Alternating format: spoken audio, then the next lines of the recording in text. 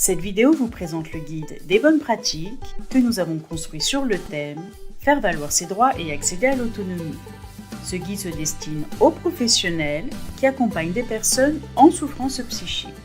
Il contient des recommandations issues d'une recherche-action participative que nous avons menée. Nous sommes des personnes en souffrance psychique, membres des groupes d'entraide mutuelle de l'association Advocacy. Vous êtes-vous déjà posé ces questions? Quelles considérations et quelle place accorde-t-on aux personnes en souffrance psychique dans la société française? Quel regard portez-vous sur la souffrance psychique? Quel regard vos collègues, vos partenaires portent-ils sur le handicap psychique? Quel regard les personnes portent-elles sur elles-mêmes et leur handicap? Pensez-vous que tous ces regards se rejoignent? Ne sommes-nous pas les mieux placés pour savoir ce dont nous avons besoin? Pourtant, qui nous prend vraiment au sérieux? Ce qui compte pour nous, ce sont l'attention et la qualité d'écoute que l'on nous accorde, la confiance en nous, le crédit apporté à notre parole, le sentiment d'utilité à travers les responsabilités qui nous sont confiées. Vous seriez surpris par nos capacités dans des lieux non institutionnalisés où la vie sociale est au centre. Nous n'y sommes pas réduits aux soins, à notre dossier. Notre première recommandation est donc: considérez-nous comme des personnes à part entière, des majeurs responsables. Faites-nous confiance. Ne nous infantilisez pas en nous réduisant à notre handicap. Au lieu de penser pour, pensez avec nous. Ne vous substituez pas à nous. Une fois que nous avons une compréhension claire de nos droits, nous pouvons plus facilement les affirmer et nous positionner comme des personnes actives de notre parcours de vie. Parfois, nous pouvons avoir le sentiment que nos projets sont décidés par d'autres que nous, pour nous, mais pas par nous. Ce qui est contraire à nos droits. Rien sur nous sans nous.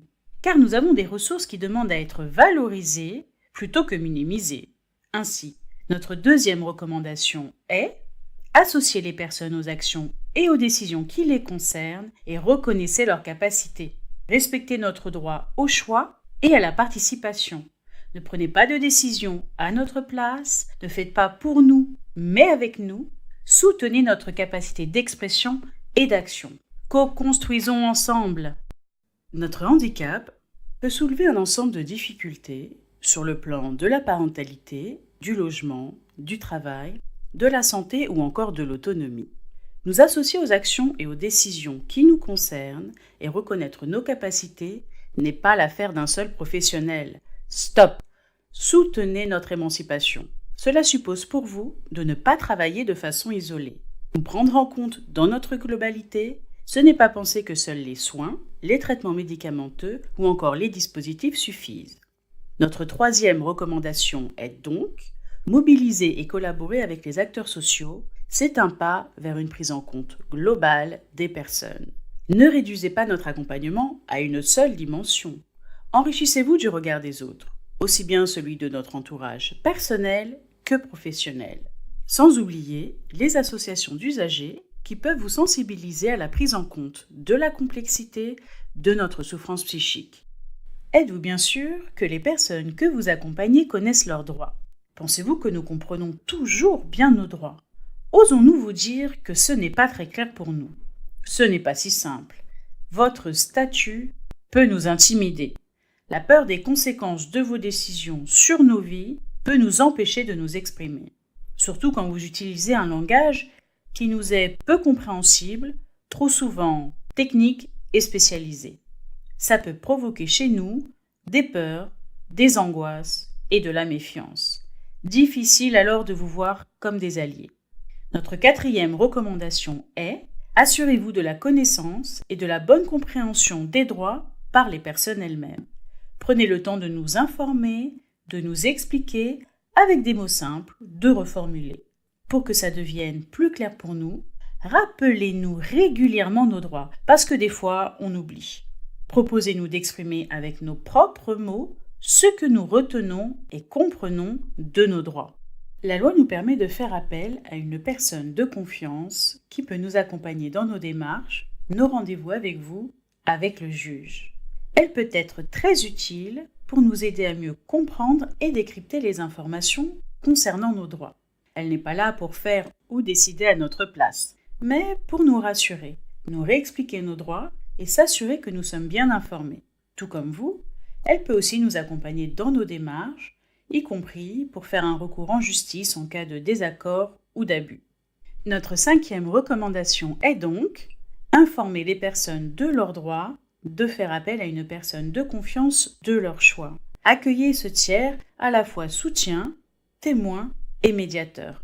Parfois, nous nous sentons seuls alors que d'autres personnes vivent les mêmes choses que nous. Participer seul à nos projets individuels, c'est bien. Mais participer collectivement à des projets qui concernent les droits des personnes en souffrance psychique, c'est aussi important. Soutenez les associations d'usagers en santé mentale, telles que les GEM et les associations de défense des droits des usagers. Faites-nous participer au projet de votre organisation pour faire entendre notre voix et faire valoir nos droits. Par exemple, dans des instances participatives comme les commissions des usagers des hôpitaux, la commission des droits à l'autonomie de la MDPH ou encore les conseils à la vie sociale.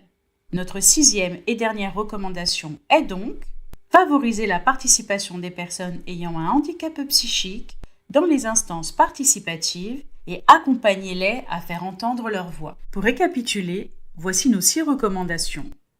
Considérez-nous comme des personnes à part entière et faites-nous confiance. Associez les personnes aux actions et aux décisions qui les concernent et reconnaissez leurs capacités.